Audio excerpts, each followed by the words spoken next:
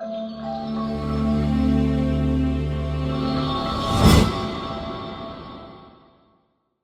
Michael Douglas. Welcome to another edition of Dr. Pundit, where we talk about music, not medicine. And on this edition of the show, it's another Remember When, specifically April of 2006, 19 years ago, when the way music distribution and consumption was tabulated differently, and for the first time, making how we measure consumption in this country, mostly via streaming, in a way that generates revenue for the music industry outside of, say, radio airplay or pure, at that time, downloads, and maybe 30 years ago, CD single sales, that kind of thing.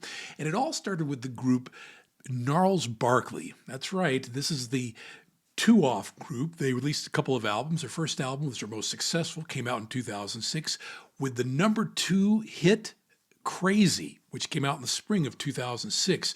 Now, Gnarls Barkley just didn't take over the global zeitgeist with their 2006 hit single Crazy. The soul duo ushered in a new era of musical consumption, making a definitive shift in how artists could expect to be monetized with the distribution of their singles and albums to their audiences most effectively. And that the song Crazy was the lead single off their first album, Saint Elsewhere, makes this feat even more extraordinary. Now, since that historic pop culture moment, musical distribution in the United States and consumption for that matter really have never been the same. So let's take it back to their hit single, Crazy. Now, Gnarls Barkley's hit song, Crazy, was unavoidable in the mid to late 2000s. Their debut single off their album, Saint Elsewhere, was an instant hit. And the momentum started months before the official release of the track, thanks to an anonymous leak in late 2005, December of that year.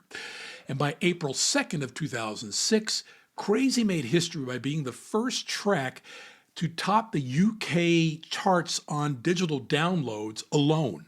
And the success of Gnarls Barkley only grew from there, basically. Crazy stayed at the top of the UK charts for 9 weeks, making the longest tenure at that position in over 10 years. The fact that the duo, composed of CeeLo Green and Danger Mouse, managed to capture lightning in a bottle, basically, on their debut single is no small accomplishment.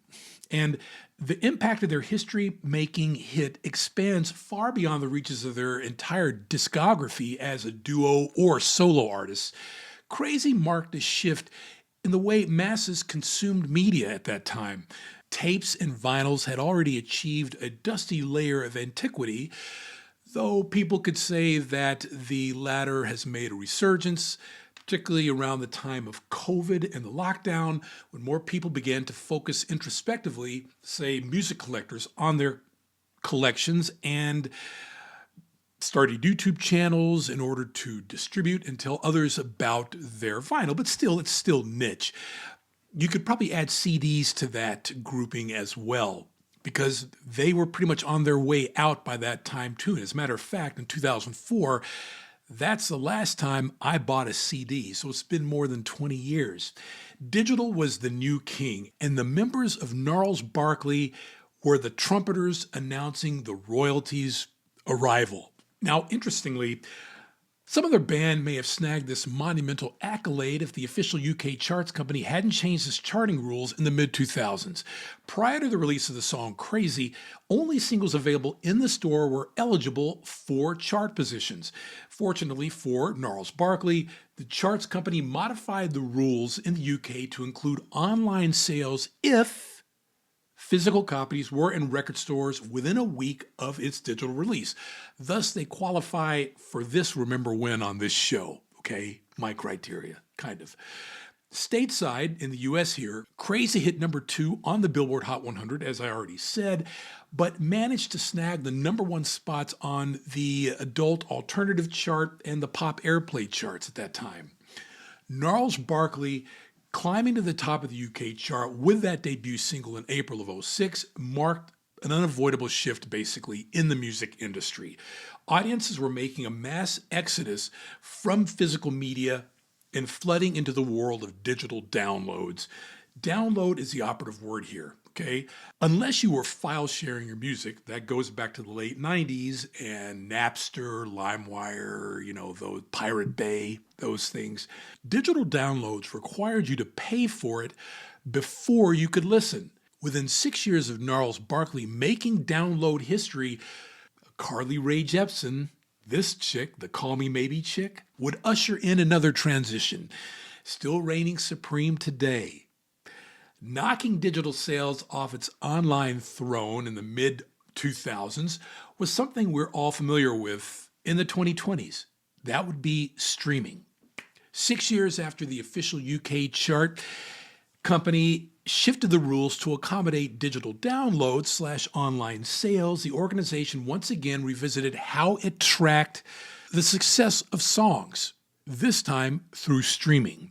And in May of 2012, Carly Rae Jepsen made history by landing the first #1 single on the UK singles chart, which was a streaming chart, with her infectious hit Call Me Maybe. That song went on to hit #1 in this country and stayed there for 12 weeks, becoming one of the biggest hits of the 2010s. To this day, of course, streaming remains king.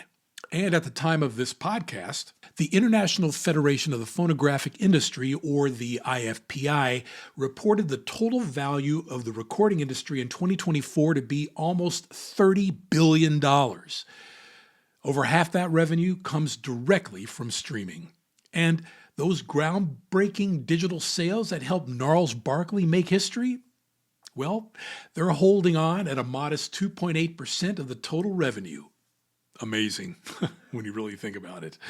I'm Michael Douglas, and if you like what you see here on Dr. Pundit, please don't hesitate to like and subscribe. It helps the algorithm and pushes this quality content out to people who have yet to discover the channel, unlike you. As the late great Barry White always used to say, let the music play, and I'll see you on the next episode.